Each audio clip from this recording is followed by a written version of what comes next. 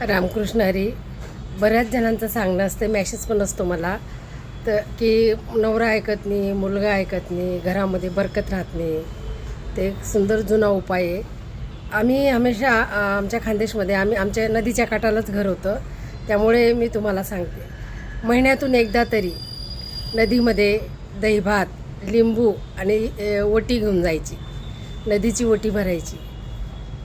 नदी ही अशी आहे ना, ती तुम्हाला खूप काही देऊन जाणार, तुम्हाला कळणारही नाही. सगळं काही घरातलं वातावरण सुरळीत होतं. आम्ही करायचो, कारण आमचं नदीच्याच काठाला घर आहे. आमची आजी आम्हाला हमेशा असं सांगत राहायची की नदी ही गंगा आहे, ची सेवा करा. ओटी भरत असताना 1 रुपयाचं त्याच्यात नाणं बी टाकायचं. आपण बघा कधी पंढरपूरला जातो आणि नदी दिसली आपल्याला, माई दिसली की चंद्रभागा, आपण लगेच